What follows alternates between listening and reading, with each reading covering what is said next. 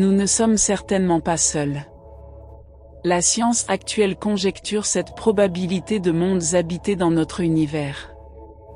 Le livre d'Urantia propose cette proportion approximative de systèmes astronomiques qui sont déjà des mondes habités, rien que dans notre système local.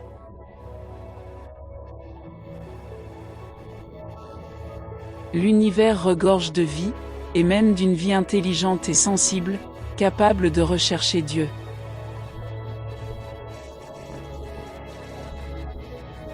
Ces autres sphères ont une vie qui a été conçue et implantée avec autant de précision que sur notre monde. Une vie simple, qui évolue vers des êtres de volonté et de dignité, comme nous.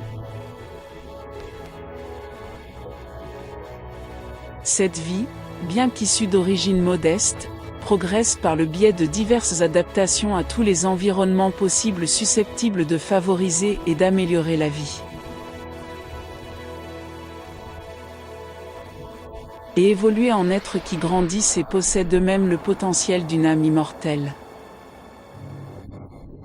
Or, notre voisinage cosmique n'est pas un système physique uniforme, une seule unité astronomique ou une organisation.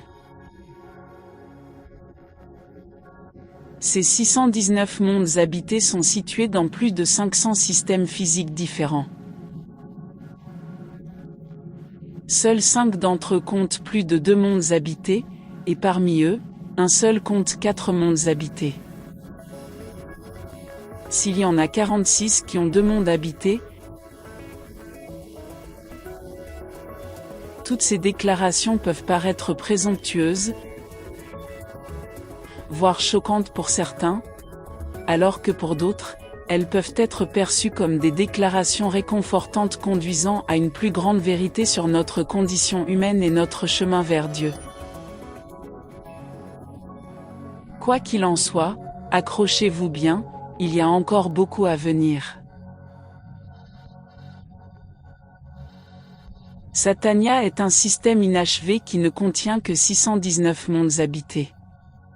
Notre monde porte le numéro 606.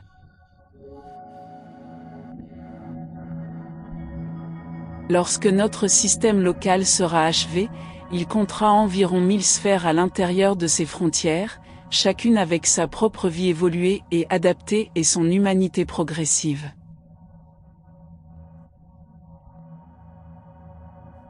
Voici une représentation de ce à quoi pourrait ressembler un système local entièrement habité.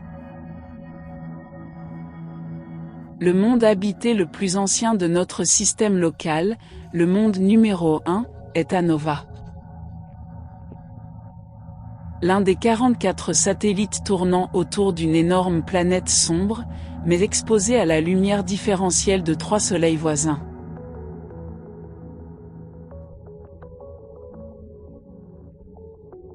Anova se trouve à un stade avancé de civilisation progressive. Nos sphères voisines sont toutes à des stades différents d'évolution. La plupart d'entre elles sont beaucoup plus anciennes et très avancées que notre monde, illustré ici par un diagramme d'évolution approximatif. Tous ces mondes suivent un plan de développement à travers des étapes définies de l'évolution des mortels. Néanmoins, chacun de ces mondes possède sa propre empreinte de vie. Les mondes expérimentaux comme Urantia se trouvent dans ce que nos scientifiques appellent la zone boucle d'or. Cependant, la vie ne doit pas nécessairement commencer sur un monde situé dans la zone boucle d'or, loin de là. Il existe des êtres mortels vivant sur des sphères voisines qui ne pourraient tout simplement pas survivre sur notre monde, tout comme nous ne pourrions pas vivre sur le leur. Bien que nombre de nos sphères voisines soient au moins similaires à la nôtre, la vie peut être accordée et évoluer sur des sphères qui sont plus éloignées de la nôtre. Et évoluer sur des sphères qui sont significativement en dehors des paramètres de viabilité d'Urantia.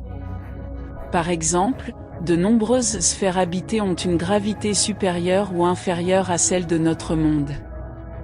Nous considérons que respirer de l'air va de soi, mais les habitants de notre monde sont classés dans la catégorie des personnes qui respirent moyennement. En effet, il existe des mondes où l'atmosphère est beaucoup plus fine, de l'ordre de 1 à 150e de notre atmosphère, comme c'est le cas sur Mars. Ces personnes sont des sous-respirateurs. À l'inverse, il existe des sphères où l'atmosphère est nettement plus dense, comme Vénus, dont l'atmosphère est 91 fois plus dense que la nôtre. Les habitants de ces mondes sont des super-respirateurs.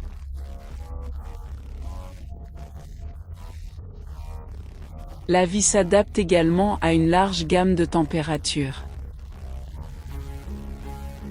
Des mondes beaucoup plus froids que le nôtre et beaucoup plus chauds peuvent encore abriter la vie qui a été adaptée pour fonctionner sur ces mondes.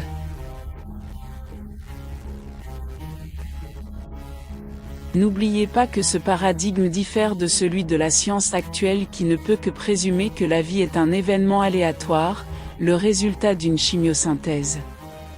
En revanche, le paradigme posé par la révélation est que la vie est conçue et favorisée.